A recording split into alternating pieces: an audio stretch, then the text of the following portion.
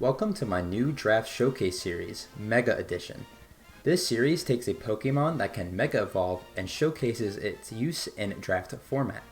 This series will also take a little bit of influence from metas in Pokemon Champions and Smogon Singles.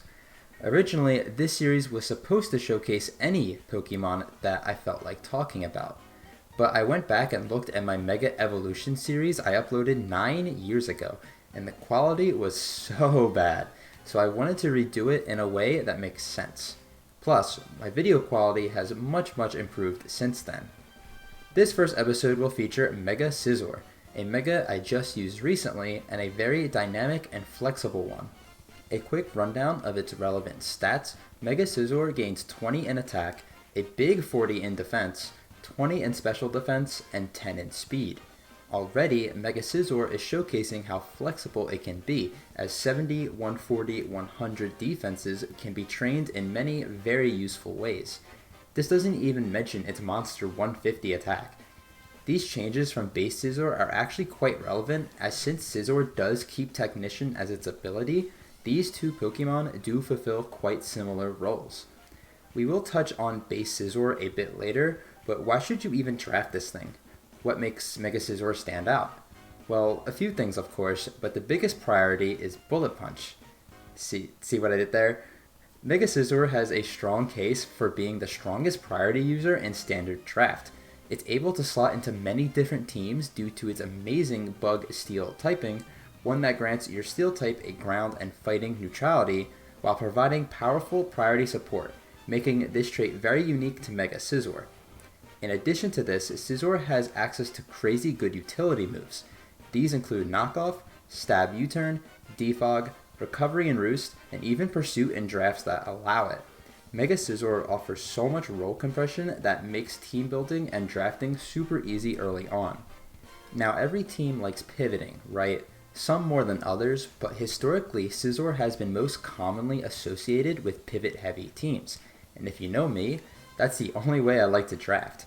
That's also the archetype I believe Mega Scizor works best on. Its ability to get in and out of battles feels almost unmatched, and with drafts that patch up its one weakness, being fire, it's easy to dance around and always get value with this Pokemon due to its large utility move pool. It is good, however, not to force this style onto Scizor specifically, since you want to draft in a way that doesn't force Scizor to run a certain move if it doesn't want to. You don't want your Mega Scizor forced to run Defog every week, or forced to be specially defensive every week, for example. I also want to mention that both very bulky offense and hyper offense style drafts really appreciate Mega Scizor's ability to clean up teams as well. Usually this is by getting into a position that lets Scizor Swords Dance, taking advantage of its well-rounded stats. Now, like I said earlier, the thought process behind drafting Scizor versus Mega Scizor is essentially the same. There are 3 key differences though. 1. Base Scizor pairs well with a lot of other Megas, so if you wanted to use a different Mega, this would be a valid reason to choose base Scizor. 2 and 3 are the stat differences and item slot. Base Scizor tends to be immediately better offensively since it can use many different items to bolster its attack and make it stronger. However, in turn, Mega Scizor is a lot better as a neutral, defensive-based pick, as it takes a surprising amount of hits better than its base form, thanks to the boosts from Mega Evolving. Because of this too, Mega Scizor in more cases than not is actually the better Swords Dance user. Here are some teams that I've used that have Scizor. The first team is very interesting because you think Mega Scizor would be forced to pivot since no one else really does. However, it's sneakily meant to set up or clean up more times than not. This is due to the sheer defensive backbone of this team and the main support of Ho-Oh and Dugtrio. Ho-Oh is a great defensive answer to a good amount of Ubers, and Dugtrio is a unique ground type that can just forcibly eliminate opposing fire types thanks to Arena Trap if it wasn't respected for in prep. The second team is a tournament team here, so having a Scizor that offers immense roll compression is ever so important. It was forced to be defensive, but it enabled the Zygarde and Tapu Fini on this team this way. The third team is the team where Scizor stands out the least, but also shows how Scizor can really fit onto any team. Lastly, Mega Scizor was a gigantic backbone to my most recent draft team. It was forced to be a defensive pivot, but the reason I love it so much on this team is because of the move freedom and defensive freedom I had. Thanks to Mesprit and Vaporeon, I could go defensive or specially defensive, and I wasn't forced to run a single move if I didn't want to. Even Bullet Punch. Crazy stuff. So I wanted to quickly showcase some Mega Scizor draft games. I have 3 of them, all of which Mega Scizor does something a little bit differently. So in this game, as you see, my opponent has a very offensively oriented team, and I decided to go Swords Dance instead of a pivoting set, specifically a bulkier one. A, because I can't really pivot into anything. My opponent has a lot of very strong threats that are hard to switch into, specifically the Porygon Z. And B, I can use Scizor as a soft check defensively. That's why the bulk is the way it is in this matchup. I am adamant, but my bulk is pretty mixed, so I can deal with the Rillaboom, somewhat deal with Aegislash, take a +2 hit from Scizor. So the EVs were a little bit all over the place, but that showcases why Mega Scizor has a lot of freedom in terms of building for specific matchups in draft. I have a Choice Banded Tapu Koko here, very funny. I can use this Scizor as an answer to the Rillaboom because it's a very good matchup. I learned this way that the Rillaboom is Choice Banded. If this Porygon Z was not Terra Fire, which it was, I could have, in theory, went for a 1v1 trade on the Porygon Z early, but because it is Terra Fire, I have to not use Scizor in that way. I am Scarf. Luckily, because they have an offensive team, they don't have great switch-ins to my Pokemon either, so that's pretty cool to note. I'm just gonna stay in here because as much as I value Hydreigon as a fire resist, I am more relying on my offense to deal with the Porygon Z and the rest of this team. And that's something else I wanted to notice with this Scizor, is that I am a Swords Dance set, and it could be a cleaner, but it's not forced to be in this game because I have so many other offensive options in this game. Aegislash comes out. I'm going to use Scizor again just to scout damage to figure out what I'm dealing with here. The CC does kind of nothing. I'm going to assume that's not much attack because I wasn't even Mega'd yet, and it did not much. So here, I like this 1v1 a lot. I'm going to win it more times than not, like a lot more times than not. Shadow Ball is doing a decent chunk, but it's never two-shotting me because I did calc this. They do get a Spadef drop, but I do get a few turns here, right? And the reason I'm like so loosely using Scizor here is because very realistically, when your opponent has a fire type, in this case Terra PZ, a frail one, it's really hard for them to aggressively switch in to the Scizor because why would I click Bullet Punch on an Aegislash? I'm gonna click a coverage move, which is knockoff in this case. +2 knockoff would like blow away Porygon Z. So I take the trade here. There was a world where I thought about saving Scizor because with a Swords Dance set, I like to take notes on damage rolls. So for example, I am adamant, no attack, does around half to Scizor with Bullet Punch. So I know +2 will knock it out. It's at a range where I don't even need to set up. A Rillaboom, it's still a good check too, so there is value with this Scizor. However, the PZ is such a threat, and I can't afford to sack like another Mon, right? So I decided to just get rid of the Scizor here, but its value is so important. Again, I have other win cons, so it wasn't the biggest deal in the world, and I learned so much information off this, and just getting rid of like a soft answer, like Aegislash can kind of switch into anything. Not that it really wins many 1v1s, but it can scout for like choice items, like again my Coco's Banded, my Hydreigon Scarfed, stuff like that. And just taking away a switch in was going to be really beneficial to me later on in the game. Don't mind me getting this turn very wrong. Luckily, Iron Leaves' matchup was very good in this one, and we are able to clean this one up in the end. It got pretty close. But like I said, Scizor definitely put in a lot of work here. It got rid of the Aegislash and was just doing a whole bunch. In this game, Scizor is going to be a pivot. It's a lot less flashy, but it's very good at what it does. And I've mentioned in this video already that that is what Scizor is mostly known for, is just pivoting. And that's really what it is here for. This is a very Spadef set. And I mentioned earlier, Scizor has a lot of move freedom. This Scizor does not have Bullet Punch. Now, I very rarely do that, but I thought all of my other moves, which were U-Turn, Dual Wing Beat, Sand Tomb to catch maybe Raging Bolt, and Morning Sun, was very important in this game. I didn't think anything faster than Scizor I had a better move for that wasn't Bullet Punch. Again, I very rarely do this, but I decided to do it in this game. I led with it just in case they led with the bundle because I am Spadef, and it is pretty hard for me to switch into this mon.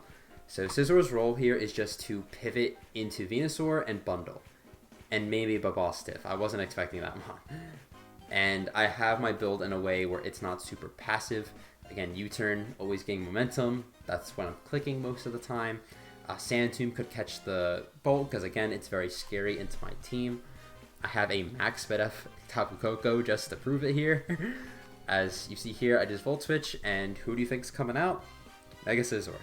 It just is so good into this Pokemon. Scizor has a great speed tier to where I can also slow U-turn, something to note of as well.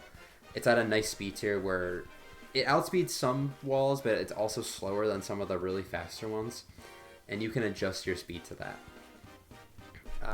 Iron Leaves' matchup is very good here, so enabling that by getting it in on the Venu, even maybe the bundle, probably not the bundle, no, not the bundle, but maybe the Bolt. Here I switch out, and I wanted to talk about this too. I only switch out there, it's like a double switch, is to scout for the fire move, and that's very important when you draft a Scizor. You kind of have to keep track of who gets random fire moves. Like, did you know Great Tusk gets Temper Flare? Probably, but Temper Flare is not that great into my team because of how I drafted, but if they were really fearing the Scizor, they could have teched it on there. And that applies to a lot of different random Pokemon too, like Mabalstiff for example. This could have Fire Fang on it. I'd never end up finding out, but it's just a thought that goes through my head when I'm facing teams like this, where I know Scizor is important for other mons. It doesn't, but I know Great Tusk can't do too much to Scizor if it doesn't have Fire Fang and if it's defensive. So that's the thought process behind why I did that move specifically. You might not always have the freedom to do that, but in this case, I think I did because I have a Mesprit as well. And this was, I believe, the last time I ended up pivoting into Venusaur in this game. I could have roosted there, but if they went with an aggressive switch, that could have been bad. So, again, enables my Breaker, which is Mesprit, to get in here. And it could have been Iron Leaves too, but Mesprit ends up kind of going to town on this team. And you're going to see here, I don't even need to use my Scizor as a bundle switch in because my Regirock is just the GOAT. So that's basically this one as well. I do want to quickly shout out, I know this matchup looks like kind of rough, but my opponent here, I actually rematched in playoffs and he beat me. Let's just say that. That Mega Venusaur punished me very heavily because of the way I played the rest of my team. I played it very poorly in that game, so I wanted to give big props to my opponent just in this league. But that's Mega Scizor, a pivoting set. Not flashy, but again, very essential to trying to win games like this one. This last battle is a showdown battle from a very long time ago that I actually lost the link to. Rest in peace, sports. But in this game, it's kind of crazy. It's also a Swords Dance set, but this one is a lot more geared to offensively cleaning. In that first game, I said that it was mainly a way to, like, it was a soft check, but could clean up if it needed to. But in this one, it is very important that I kind of clean up. And the reason I did this was my opponent's fire type is a Darmanitan. They also had a Torkoal and a Reshiram on this team, and I'm stunned one of those, especially the Reshiram, didn't come. I mentioned earlier when I talked about this team that Ho-Oh is very good into a lot of Ubers, and Reshiram is definitely one of them. I forget if it learns a rock move, but forcing Reshiram to use a rock move doesn't feel great. But because Darmanitan is historically very easy to chip down, I know Scizor can clean up this game, especially because the Reshiram and the Torkoal didn't show up. The Scizor just has to force the Darm out once or twice, and it can go pretty crazy. I do also get rid of the Bisharp very freely, so Bullet Punch is even that much more free in this game.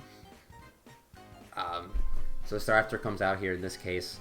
I do sack off this, I believe. Yes, I do. Staraptor, I got my hazards up too. My opponent let me do that as well, so it just makes cleaning up with Scizor in this game very easy, as they really have like almost nothing at this point. Like, they have to sack and they have to go Darm. That will force me out once, but once I come back in, my opponent essentially has nothing for the Scizor. As Darm comes out, takes all the chip. I again force the switch out once, which is fine. I believe they do U-turn here, which, you know, that's fine. I don't really mind. The Seismitoad's getting some good value here. Miltank comes out, and Scizor is really good into this for the most part. You're going to see in a few turns here, I think I go hard Scizor. I do have Sword Stance, Superpower. I think this, I don't know why I have Superpower, to be honest. I don't remember. This was ages ago.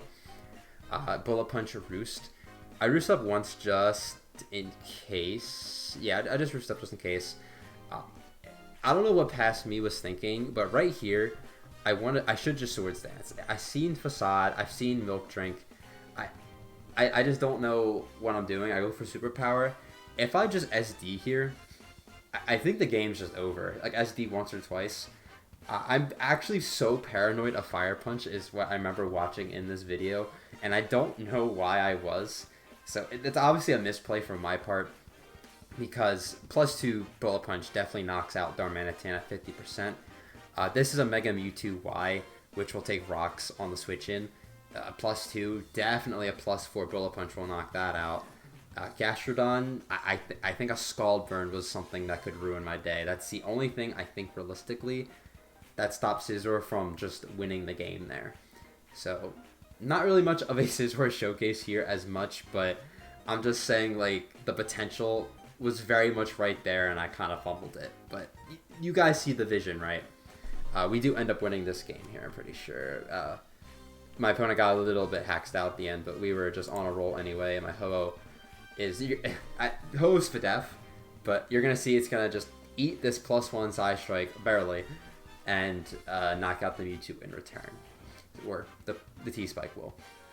So, these are my showcases for Mega Scizor in Draft League. So that's going to wrap it up. Hopefully you enjoyed this style of video. Off topic, if you made it this far, that's very awesome. But as I'm recording this, I have no idea what I'm doing for draft content now that Champions currently doesn't have 6v6.